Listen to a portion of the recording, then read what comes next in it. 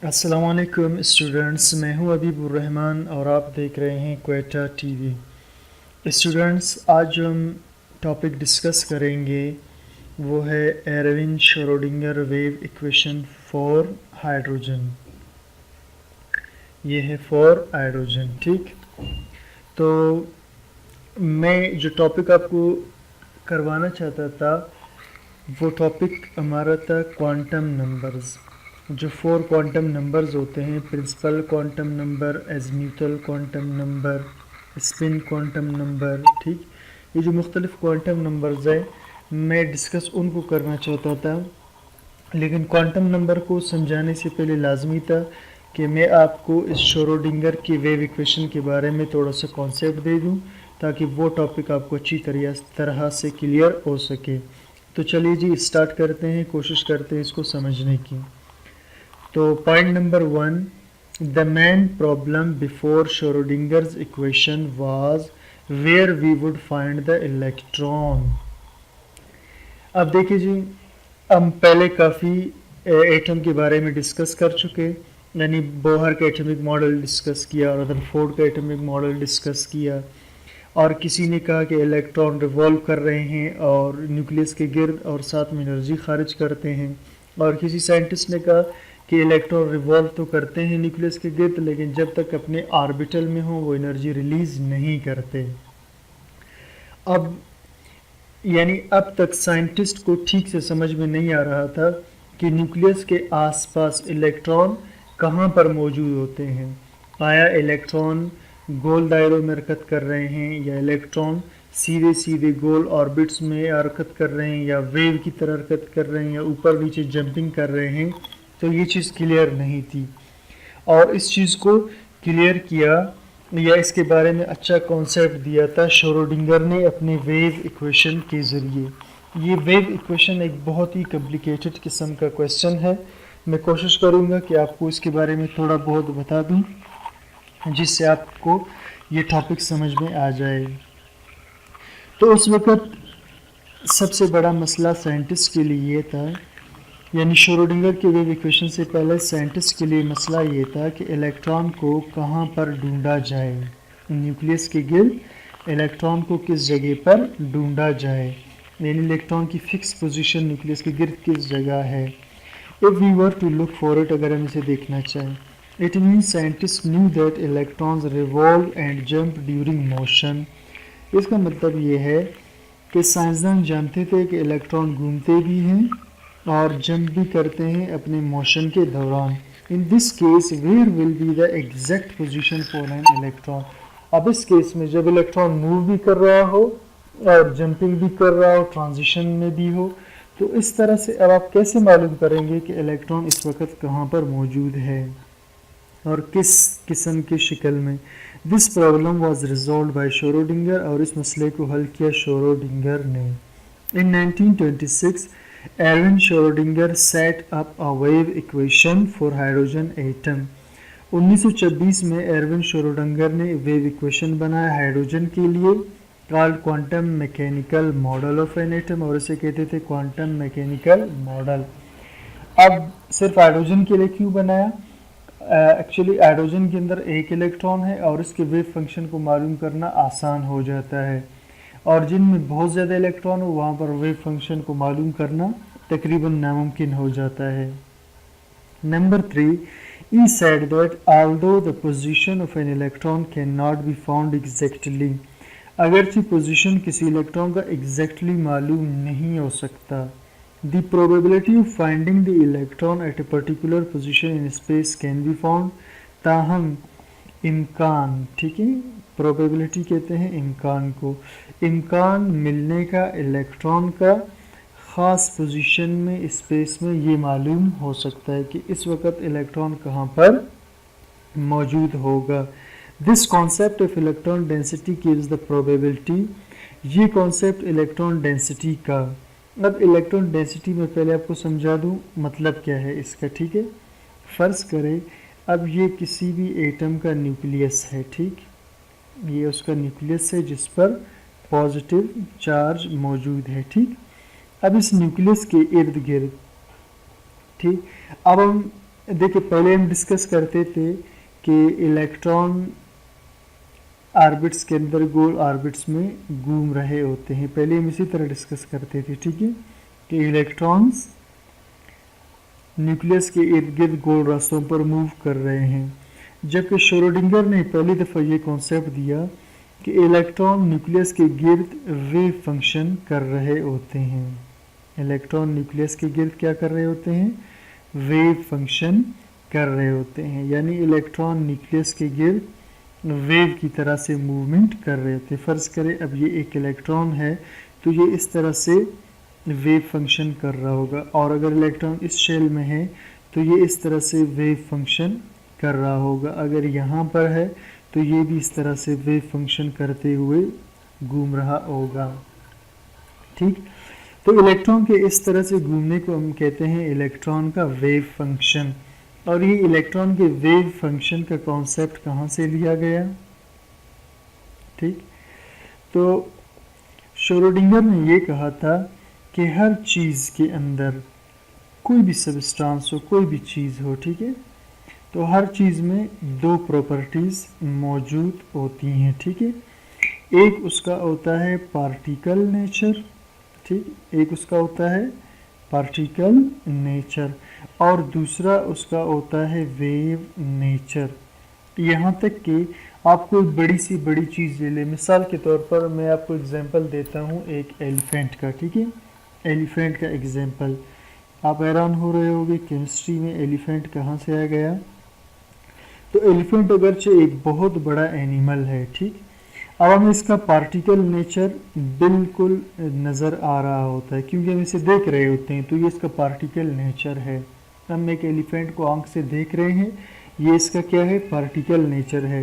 लेकिन इसका wave nature हमें नज़र नहीं आ रहा। क्यों नज़र नहीं आ रहा? क्योंकि इसका जो वेव नेचर है वो बहुत ही छोटा है, very very small wave nature. इसका वेव नेचर बहुत ही छोटा है और वेव इसका फंक्शन बहुत ही छोटा है, वो हमें नज़र नहीं आ सकता। बिल्कुल इसी तरह इसने कहा कि हर चीज़ का पार्टिकल नेचर भी होता है और वेव नेचर भी। अगर जिस्म बड़ा होगा तो पार्टिकल नेचर बड़ा होगा, वेव नेचर छोटा होगा और वो नज़र नहीं आएगा। लेकिन अगर वो चीज़ छोटी हो तो उसका पार्टिकल नेचर छोटा होगा, वेव फंक्शन ज़्यादा वाज़ेह नज़र आएगा। बिल्कुल इसी तरह इलेक्ट्रॉन का पार्टिकल नेचर भी है और इलेक्ट्रॉन का वेव नेचर भी है। तो उसने कहा कि इलेक्ट्रॉन सिर्फ घूम नहीं रहे होते बल्कि वेव फंक्शन कर रहे होते हैं न्यूक्लियस के इर्द गिर्द, और इलेक्ट्रॉन के वेव फंक्शन को हम साई से जाहिर करते हैं। इस निशान को साई कहते हैं और ये निशान वेव फंक्शन को जाहिर करता है। ये निशान किस चीज़ को जाहिर करता है? ये निशान वेव फंक्शन को जाहिर करता है।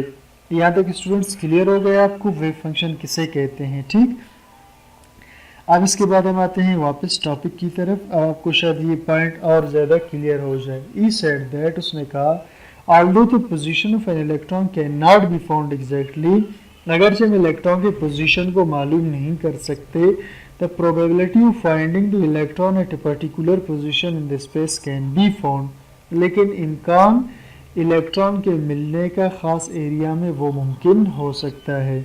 This concept of electron density gives the probability, ये कॉन्सेप्ट जो इलेक्ट्रॉन डेंसिटी का है ये इम्कान देता है that an electron will be found in a particular region, के एक इलेक्ट्रॉन मौजूद होगा एक ख़ास इलाके में ऑफ एन एटम के।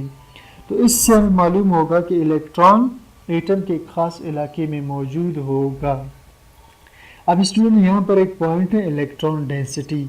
इससे क्या मतलब इलेक्ट्रॉन डेंसिटी से, ठीक है। अब मैं आपको थोड़ा सा समझाने की कोशिश करता हूँ।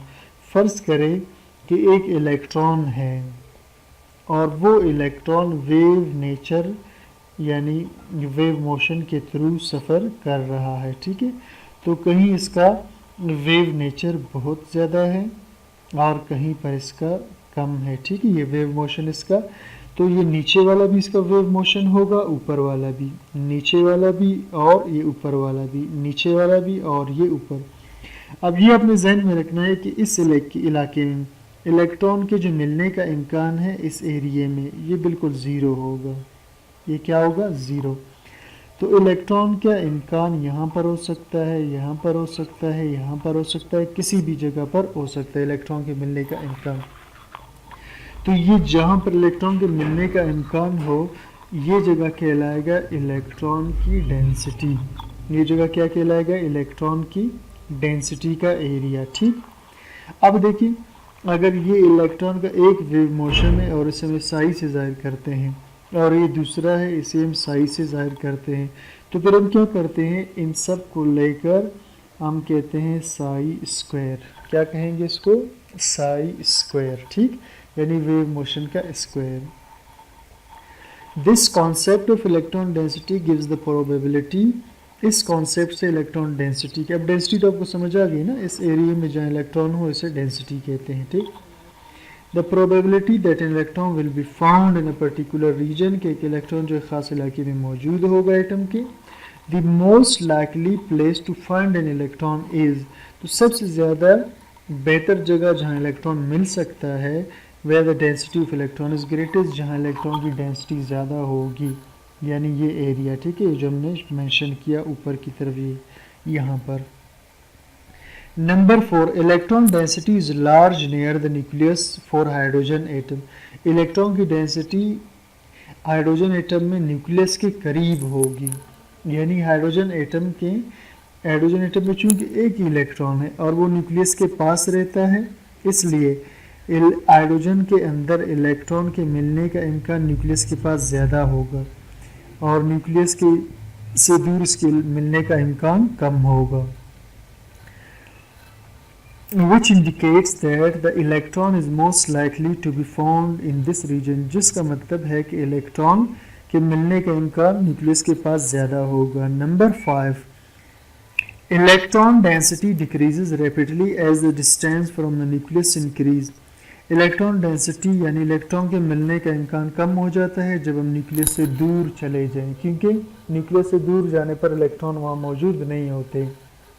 Number 6, N atomic orbital is the wave function of an electron. अब एटॉमिक ऑर्बिटल एक वेव फंक्शन होता है। फ़र्ज़ करें ये न्यूक्लियस है, ठीक, जिस पर पॉजिटिव चार्ज है। अब क्या कह रहा है कि एक एटॉमिक ऑर्बिटल क्या होता है? एक वेव फंक्शन होता है। ठीक है, क्या मतलब हुआ इसका? वेव फंक्शन होता है, यानी अब मैं पहला ऑर्बिटल बना रहा हूँ, ठीक है, और मैं इसे वेव की तरह से बना रहा हूँ। तो एटॉमिक ऑर्बिटल क्या होता है? एक वेव फंक्शन होता है, वेव की तरह से, यानी एटॉमिक ऑर्बिटल वेव की तरह से काम कर रहा होता है इलेक्ट्रॉन के लिए। ठीक हो गया, मैं इसको छोटा कर लूँ दोबारा। तो देखिए जी, an atomic orbital is the wave function of an electron. Wave function of an electron यानी वेव की तरह काम करता है। The wave function and its square psi square have values for all locations about a nucleus. अब इसको आप समझने की कोशिश करना। The wave function and its square, यानी ये जो वेव फंक्शन है और इसका स्क्वायर है। मैंने आपको यहाँ समझा दिया था कि ये वेव फंक्शन है और ये फिर हम इसका स्क्वायर ले लेते हैं, क्योंकि यहाँ पर भी है यहाँ पर भी है, तो हम इसका क्या लेते हैं? स्क्वायर ले लेते हैं।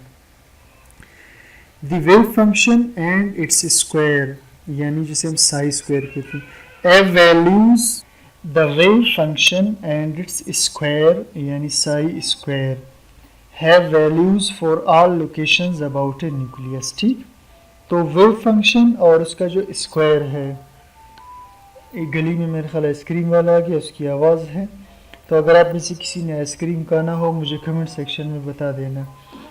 The wave function and this square यानी psi square have values for all locations about a nucleus, यानी अब ये मैं आपको बता दूं कि क्या कहना चाहता है। ठीक है, न्यूक्लियस के इर्द गिर्द जितनी भी लोकेशंस हैं, जितना भी एरिया है जहाँ पर इलेक्ट्रॉन मौजूद होगा, ठीक है, तो वेव फंक्शन हमें उन सारे इलाकों के बारे में बता सकता है।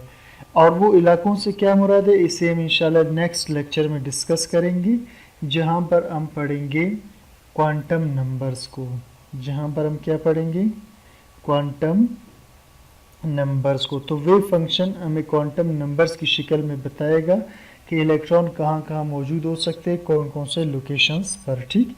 तो ये हमारा नेक्स्ट लेक्चर में डिस्कस होगा। The wave function and its square have values. Wave function और उसका जो स्क्वायर है वो वैल्यूज़ रखता है तमाम लोकेशंस के लिए न्यूक्लियस के इर्द गिर्द।